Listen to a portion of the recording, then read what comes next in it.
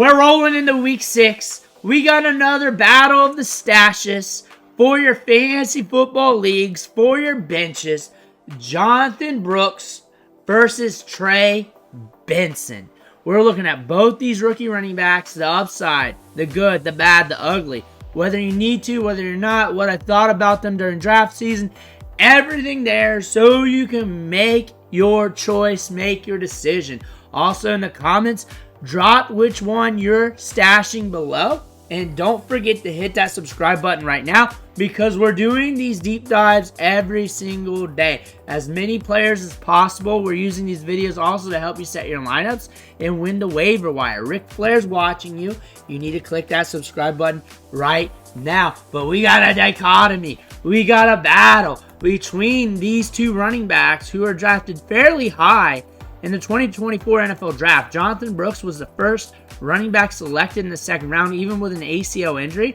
Trey Benson went in the third round to the Cardinals. Both these guys have some things in their prospect profile that is very enticing, and also in their situations makes them very dicey for 2024 fantasy football. Both of them are more long-term plays, but for the back end of the season, there is some upside to look at when we're looking at both players. But remember, Jonathon Brooks might be practicing next week. That just dropped in the news recently, and he might be back next week.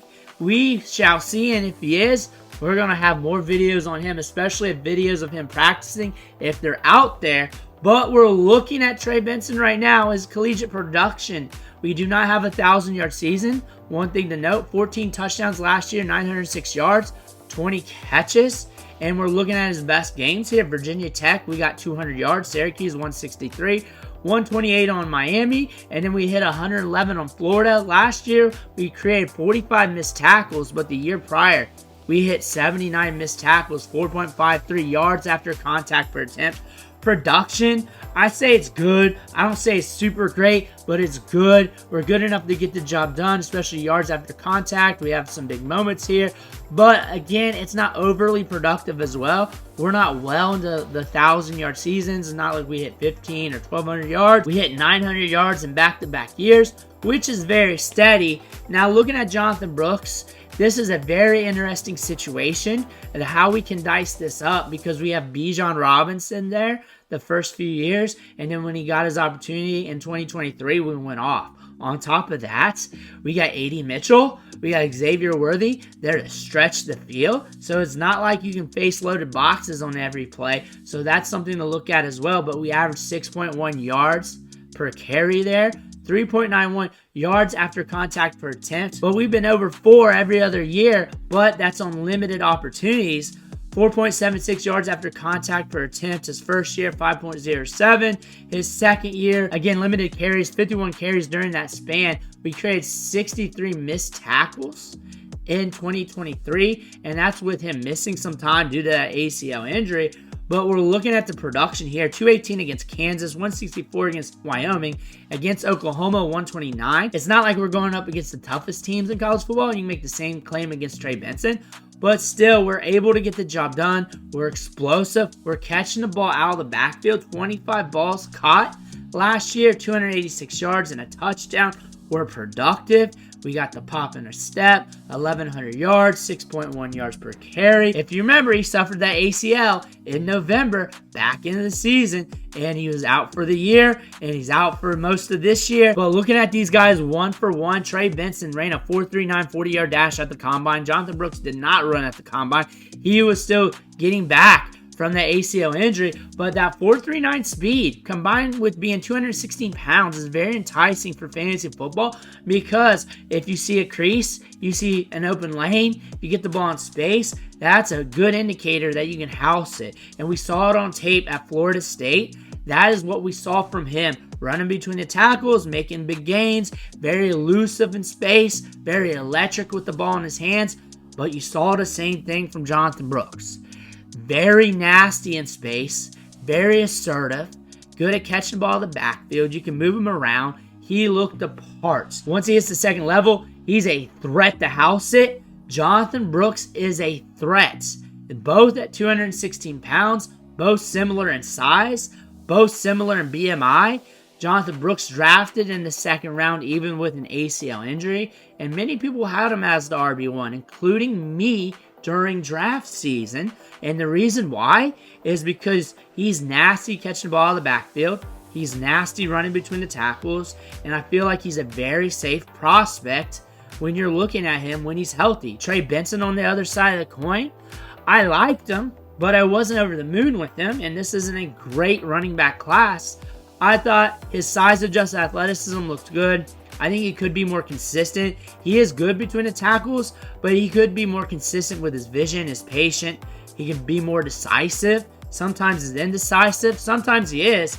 But the consistency with Trey Benson is what matters with me. For Jonathon Brooks, play to play, run to run, carry to carry, I liked him a little bit more. But we got James Conner and Chuba Hubbard both in front of him, both running hot, both taking a lot of carries.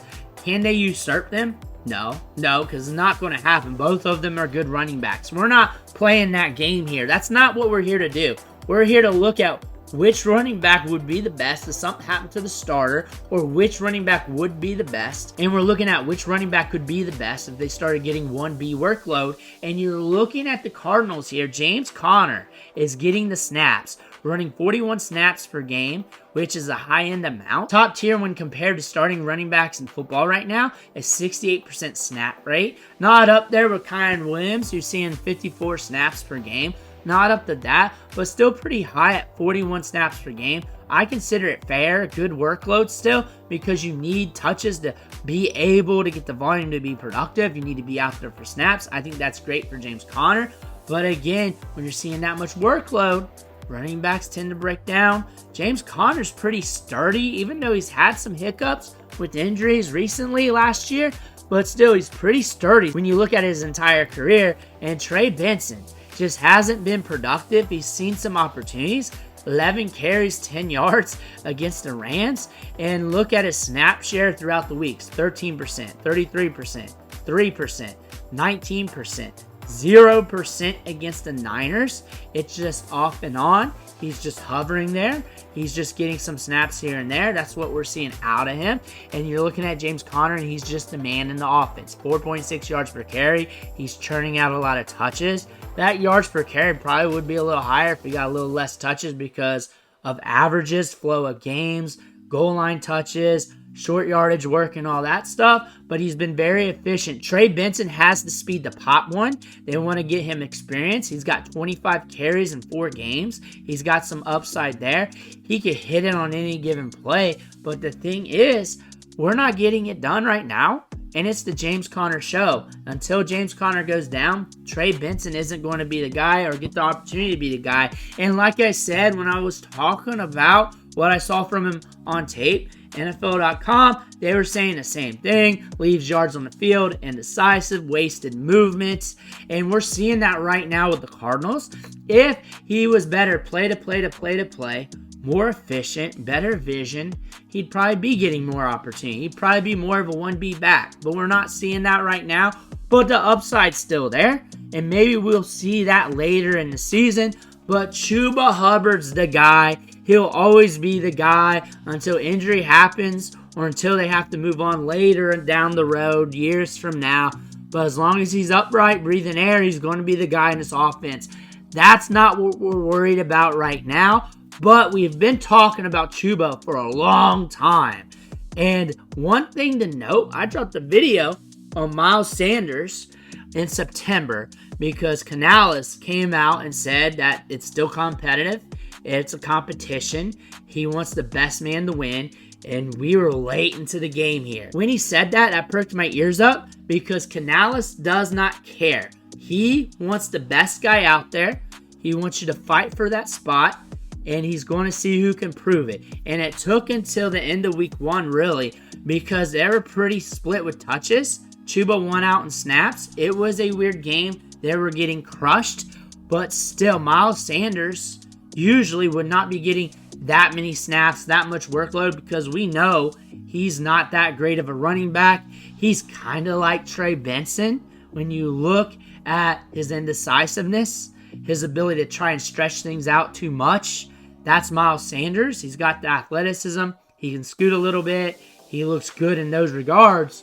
But when it comes to play to play to play, carry to carry to carry, looking good, being consistent, that's not him. Chuba, though, he's always been a workhorse, even back in the day at Oklahoma State, and he's consistent, good with the ball in his hands. We've been talking about him for years.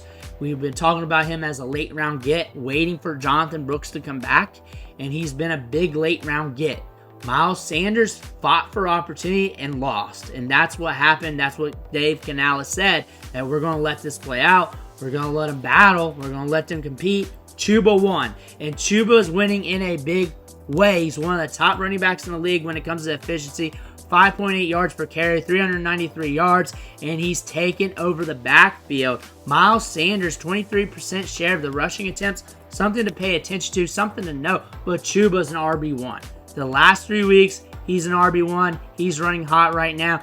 He continues to do this. Nothing's going to cut into his game. We're not worried about that. Miles Sanders, though, is seeing 23.6 snaps per game, 37.9% rate there on the snap share. That being said, a lot of that can go to Jonathon Brooks once he gets back. Once he gets back on the field, once he's acclimated, Miles Sanders is good as toast. He is done. Chuba Hubbard, though, at a 38.8 snaps per game, I think that's great for him. He's not going to get ran down. I think you need another running back in there. You do not want him to approach Kyren Williams territory, where you're going to see him break down like most running backs would. You do not want to see 54 snaps a game. You do not want him handling all the carries and leaving just a couple crumbs. You don't want that. You want him fresh. And a guy like Miles Sanders has proven not to get it done. He's looking good on a few carries here and there. We're seeing that on the tape. But again, Miles Sanders is Miles Sanders. He's just not getting the job done. And when we look at these two running backs, Trey Benson versus Jonathon Brooks, Jonathon Brooks is going to be back at practice. Trey Benson has the upside with the speed. But Jonathon Brooks, vision, patience, and everything else, we got to wait for him to get acclimated once he's back. It's going to be some time. You can stash him on your IR right now if you can, and you can hold him there. Trey Benson's probably sitting on waivers in your league. The thing about Trey Benson, James Conner would have to go down with an injury. Still might be sharing some of the backfield with Mari Dimacato because he's been getting some touches and snaps as well. But he has that upside. He's a home run threat, and that could happen later on in the season. That could be like a week 10 to 16 play. That could be something like that. Jonathon Brooks has always been the better talent. The draft said that. I've said that. A lot of draft aficionados said that. He's always been the better talent. Some people did like Trey Benson better back then. Some people did. But Jonathon Brooks is more electric in space. If I had to stash one, it would be Jonathon Brooks. I think that's an easy call. I think most of you are saying the same thing. And some of that's recency bias for some of you guys due to Trey Benson just not getting the job done on the field. You saw it.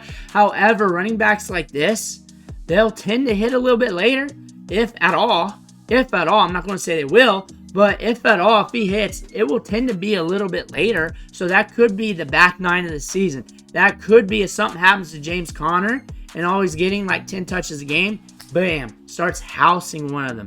Jonathon Brooks, though, has more upside in the passing game. He's more dependable, more reliable in all phases. I like Jonathon Brooks. I like Dave Canales. I like the offense. I like him paired with Chuba Hubbard. I think they're going to want to use him creatively with Chuba Hubbard. I think they're going to want to give him some of that work. I think Miles Sanders is going to be on the way out pretty quickly once Jonathon Brooks starts seeing some of those touches. Once he starts showing some of the pop in the step, that's a running back you're going to want to look at. I know he's coming back from injury. I know a lot of people are sus on that. But again, we've seen this before. A lot of running backs coming back from injury and starting to come back and looking good. So he can do it as well. But we got to transition from the college game to the NFL game. We do not have much experience with that right now. But he is, I think, and a lot of people think, and a lot of people have said and stated that he's a better talent than Trey Benson. I think he's better play-to-play than Trey Benson. I like Trey Benson for his upside, his speed, his gusto with that. But I can also say he is drastically inefficient in some cases, and we are seeing that on the field a little bit. Let me know what you think in the comments below. Make sure to hit that subscribe button on the way out. One thing for watching. Catch you on the next video.